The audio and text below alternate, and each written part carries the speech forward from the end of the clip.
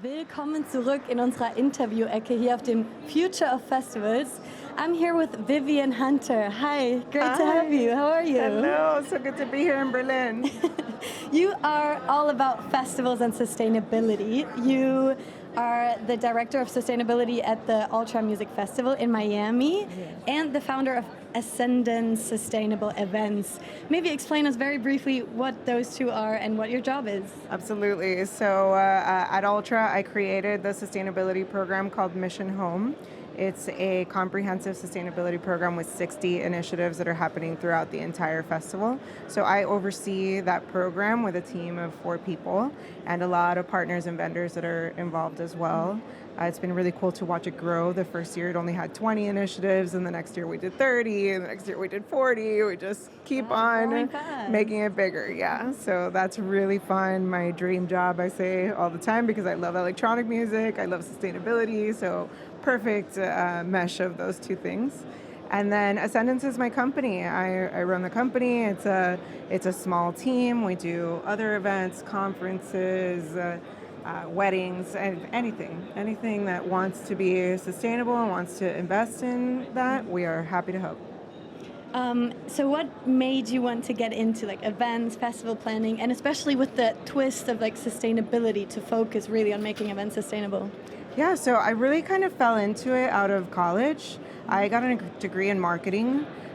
So I started working in marketing at different, I went to college in Orlando, so I worked at Universal Studios at the theme parks there.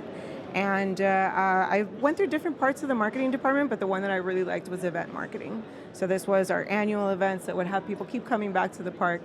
And what I realized then, and what I still have to do today, is that when we say something online in communications and marketing, we have to actually make it happen at the event, right? So I really learned kind of this integrity that was expected of everything we say, we have to do.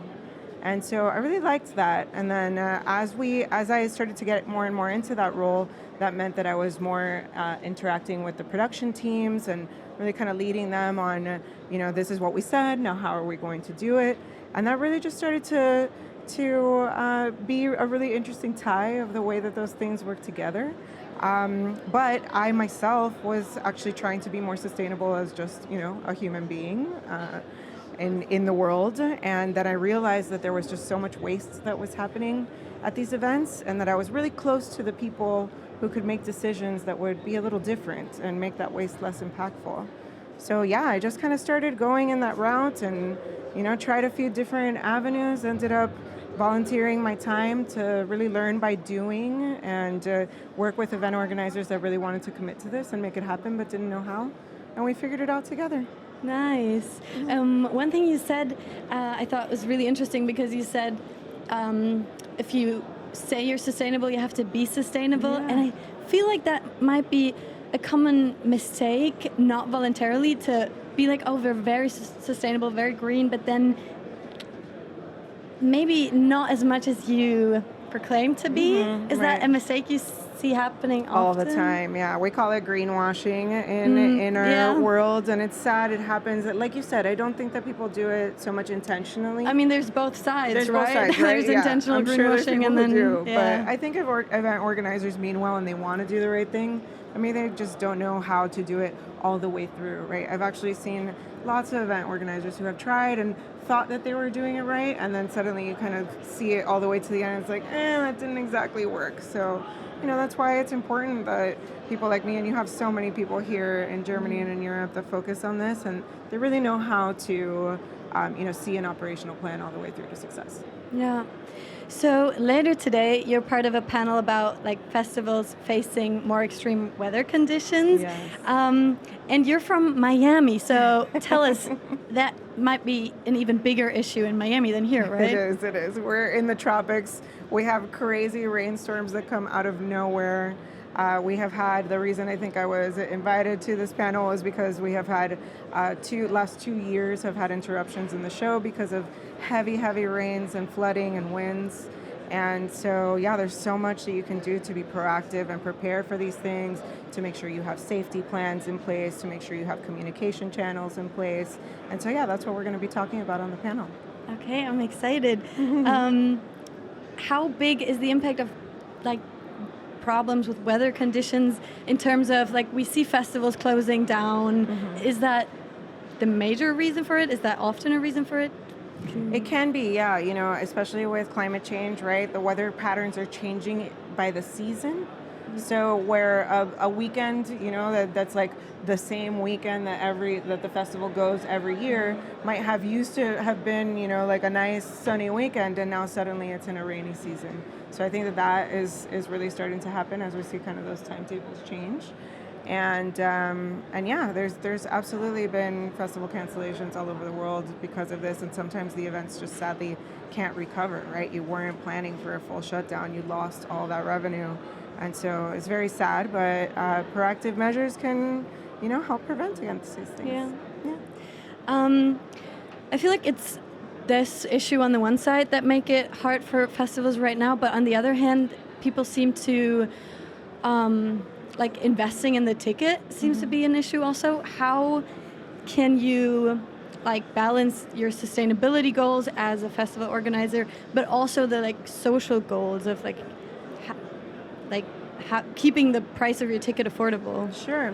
So sustainability isn't always more expensive, right? There's actually a lot of sustainability initiatives that save on cost. So if you're not in a position as a festival to invest, look at those sustainability initiatives that actually save. So for example, when you do waste reduction initiatives, your trash bill is less because you pay that by weight. And so if you found a way to donate your wood, for example, that's a very significant amount of weight that usually goes into the dumpsters and gets thrown away. So once you take all of that big amount of construction material out of the dumpsters, you find somebody to come pick it up that's going to use it for some cool project. That's giving back to the community while you're saving on cost. I'm curious, are there other major challenges for festival and event planning right now, apart from weather? Oh yeah, so many. give us some examples. How much time do you have? Like it's 7 minutes. Yeah, so many. Well, of course, sustainability is a big challenge, and the one that I see the most. Safety and security. We talked about, those things are getting more and more in depth. The things that you have to do to put measures in place. Just the cost of labor, the cost of supplies. That's getting more expensive and difficult to have a financially sustainable festival when you're trying to invest in, quality services and quality items. There's so many challenges. Yeah. I'm sorry, event organizers. That's kind of depressing also. Just keep it and just move on. So you're from Miami. We're a Berliner network, and we talked about this briefly, but do you see any major differences in like events happening in Berlin and Miami, or similarities also? Yeah, I see a lot of similarities actually. It's like the culture might be different, but I feel like a dance floor here is a dance floor there. Everybody's just vibing, trying to have a good time. I love that about Berlin. I love how much music you always have going on here that feels similar to Miami. So it's great. I really enjoy it here. Nice. So looking ahead, 5 to 10 years from now, what changes do you expect to see in the festival industry? Well, my biased opinion, of course, is that I want to see festivals being more sustainable. I'm really happy to see that here at Future of Festivals. I've been amazed to walk around and see that so many of the vendors here and the different brands that are represented are actually just sustainability, focused vending, and so that's something that I'm really excited to see as Europe always kind of leads the way in this, and then the U.S. follows slowly behind and tries to replicate it. So yeah, that's what I'm hoping for. Yeah. Let me see. Okay, I have some quick questions that are a bit all over the place, okay. But bear with me, they're not too difficult. Okay. First of all, do you have, because I know from like my friend group, I know that people are always like, oh, festival, event business, sounds amazing, obviously. You kind of make your hobby, turn it into a job. Yeah. Do you have any tips or advice for people who might want to work in the field? Sure, yeah. It's harder than it looks. It's definitely not a traditional job where you're 9 to 5. In fact, in my experience, most festival people are night owls, so you're usually working late. It's a a lot of just kind of different schedules, different personalities than you'd expect to find in a corporate environment. I personally love that. I'm also a night owl, so I'm good with getting emails and answering emails at 11, 12, 1 in the morning. But yeah, it's Wow. it's and later. But it's different. It's not always dependable, sadly. Budgets are tight, as we talked about with the costs. It's hard to, because it's a fun industry, it's pretty competitive. A lot of people want to get in. They'll charge less and less for their work. And so, it's hard to get in, but once you are in, fight for your value, make sure that you are taking care of yourself and not getting overwhelmed and sucked into, the nightlife and all of those things that get, sometimes in the way of our health. It's healthy to do every once in a while in balance, but making sure that you're taking care of yourself and that you can sustain it is also important. Yeah, that's important. Tell us a bit more about the events that you do. I'm hearing lots of music events. Yeah. Is it mostly that? Yeah, music festivals are our jam. It's what we enjoy doing on our own, on our own time. It's what we buy tickets for. It's what we want to do. So that's definitely, what has been the most of it. But like I said, we do conferences is the other thing that we like to do, and also things in the education space and the art space. Food festivals are also something that create a lot of waste and need initiatives like our food rescue programs and things like that. So we really like those too, the food festivals, and we like to eat too, so why not? I was just in the previous interview, we talked about festivals in regards to tourism.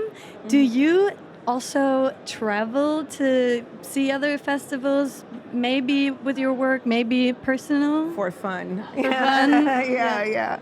I actually went to an awesome festival in Croatia this summer. Just said, I do not want to work this one. I want to just enjoy this one. But I love that you still do that. Yeah, that you still definitely go to festivals just to enjoy, not think of work. It's been a while, but I did it this summer, so that was fun. Yeah. Do you have one favorite festival? Maybe not one of the ones you work with, but... Ultra Music Festival. Fair.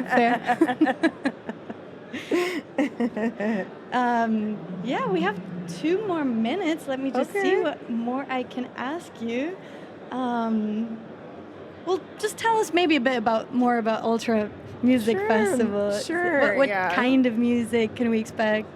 Oh yeah, so there's it's all electronic music, but there's kind of 2 different sides of the festival. There's your regular Ultra main stage, and there's another stage called UMF Radio. There's another stage called the Worldwide stage, and so those stages are more on the kind of commercial and or just more maybe intense electronic music side of things. And then there's our Resistance brand. We have 2 stages under that brand. That's where us elder millennials tend to hang out. We really love it there. It's a little bit slower paced, groovier, but still lots of dancing. And there's it almost always ends with some really good techno. So that's fun. Fair. We also talked about this previously. What do you think of mixing kinds of festivals? Because in Germany, I feel like there's music festivals, film festivals, food festivals. What do you think of mixing that, multi-art festivals? I've been to a festival like that before, Outside Lands in San Francisco. Very, very cool festival. All sorts of different genres, but also a big food area, a big wine area, a big beer area. It was just every different spot of the festival that you went to had its own, huge rabbit hole of things that you could enjoy. And I really, really loved that, just to have a more well-rounded experience rather than be just partying the whole time. I love that. I love a well-rounded festival. Yeah, and a place to maybe explore also areas that you didn't expect, or go to different. That's also what I like about music festivals, though, because different genres, different experiences, maybe people you hadn't known before. Yeah, that's my favorite thing to do at a festival, really, is kind of walk around and not pay so much attention to the lineup and go actually, just check out new DJs, see who's out there doing something new and different that I haven't heard before. Okay, speaking of this, let's listen to the next panel. Awesome. Thank you so much for being here, Vivian. Have a great rest of your day. Thank you. So nice to meet you. Bye-bye. Bye.